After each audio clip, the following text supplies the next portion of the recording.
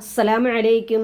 നമുക്കിന്ന് അഡീനിയം ചെടി പ്രൂണിങ്ങും റീപോട്ടിങ്ങും ഒരേ മാതിരി ചെയ്യാം. ഈ അഡീനിയം ചെടിയെല്ലാം ഞാൻ പൈപ്പിൻ്റെ ചവിട്ടി കൊണ്ടുവന്ന് വെള്ളമൊഴിച്ച് കഴുകി മണ്ണെല്ലാം കളഞ്ഞ് വെയിലത്ത് വെച്ചേക്കുവാണ്. ഇപ്പോൾ ഈ ഡിസംബർ മാസത്തിൽ ഇപ്പോൾ മഴയുണ്ടെങ്കിലും ശരി, ഡിസംബർ മാസത്തിൽ ചെയ്യുന്നത് ജനുവരി മാസത്തിൽ ചെയ്യുന്നതാണ് നല്ലത്. അതിനുശേഷം എന്താ കഴുകി വൃത്തിയാക്കി സാഫിനകത്ത് ഉള്ള വെള്ളത്തിൽ മുക്കി വെച്ചേക്കുവാണ്. ഒരു 2 മണിക്കൂർ കഴിഞ്ഞതിന് ശേഷം വേരും മുകളിലത്തെ വേര് മാത്രം കട്ട് ചെയ്ത് കളയുക. റിപ്പോർട്ടിങ് ചെയ്യാനാണിത്. എന്നിട്ട് പ്രൂൺ ചെയ്യുക. ഇലകളെല്ലാം അങ്ങ് കട്ട് ചെയ്ത് കളയുക. എന്നിട്ട് സാഫ് തേച്ച് കൊടുക്കുക. നല്ല ഒരു മൂർച്ചയുള്ള ബ്ലേഡ് എടുത്തതിന് ശേഷം ഹൈഡ്രജൻ പെറോക്സൈഡ് തേച്ചതിന് ശേഷം അത് ചെയ്യാവൂ. ഞാൻ അത് കാണിക്കാൻ പറ്റിയില്ല, ഹൈഡ്രജൻ പെറോക്സൈഡ് തേക്കുന്നത്. അതിനുശേഷം അതാണ്ട് സാഫ് തേച്ച് കൊടുക്കുകയാണ്. കട്ട് ചെയ്യുക. ഇതെല്ലാം കട്ട് ചെയ്ത് കളയണം. സാഫ് തേച്ച്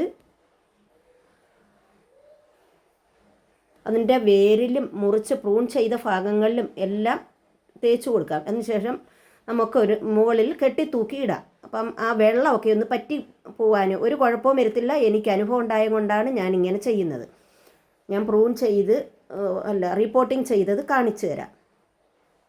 സാഫൊക്കെ തേച്ച് കൊടുത്തതിന് ശേഷം എല്ലാം അതേമാതിരി ചെയ്ത് മുകളിൽ കെട്ടി തൂക്കി ഇടണം. കെട്ടി തൂക്കി വെച്ചേക്കുക. ഇത് പോട്ടിംഗ് മിക്സ് കൃഷിഭവനിൽ നിന്ന് കിട്ടിയ ഇതാണ്. മണലുണ്ട്, കമ്പോസ്റ്റ് വളമുണ്ട്, പിന്നെ അമോണിയ ഉണ്ട്. ഇതൊന്നുമില്ലാത്തവർ വെറും മണ്ണായാലും മതി, ഇല്ലെങ്കിൽ ചാണകപ്പൊടിയും വേപ്പിൻ പിണ്ണാക്ക്, എല്ലുപൊടി, ഇതൊക്കെ അവരവരുടെ ആവശ്യാനുസരണം വളമെടുക്കണം. അതിനുശേഷം ചെടിച്ചട്ടിയിൽ ഒരു 2-3 കല്ലിട്ട് കൊടുക്കണം. അത് ഹോൾ അടഞ്ഞു പോകാതിരിക്കാൻ വേണ്ടിയുള്ള. നമ്മുടെ മണലും കൂടെ എടുത്തിട്ടുണ്ട് വീട്ടിലെ.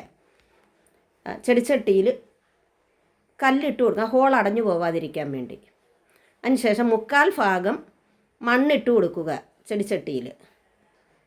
എന്നിട്ട് നമ്മൾ ഈ കോഡക്സ് ഉള്ള അത് മുകളിൽ വരത്തക്ക രീതിയിൽ വെച്ച് കൊടുത്തിട്ട് സാഫ് കലക്കിയ വെള്ളവും കൂടെ ഒഴിച്ച് കൊടുക്കണം. ഇതിലെന്തെങ്കിലും ഫംഗൽ ഇൻഫെക്ഷൻ ഉണ്ടെങ്കിൽ അത് മാറാൻ വേണ്ടിയാണ് ഈ സാഫിൻ്റെ വെള്ളം ഒഴിച്ചു കൊടുക്കുന്നത്. നമ്മുടെ മണലും ഒക്കെ എടുക്കുന്നില്ല, മുറ്റത്തെ മണലൊക്കെ എടുക്കുന്നില്ലയോ. അപ്പോഴിതെല്ലാം ഓരോ ചട്ടിയിലും ഞാൻ ഇത് റിപ്പോർട്ട് ചെയ്ത് വെക്കുവാണ്. ഞാൻ ഇനി ചെയ്യാനുണ്ട്, ഓരോന്നും ചെയ്തുകൊണ്ടിരിക്കുകയാണ്.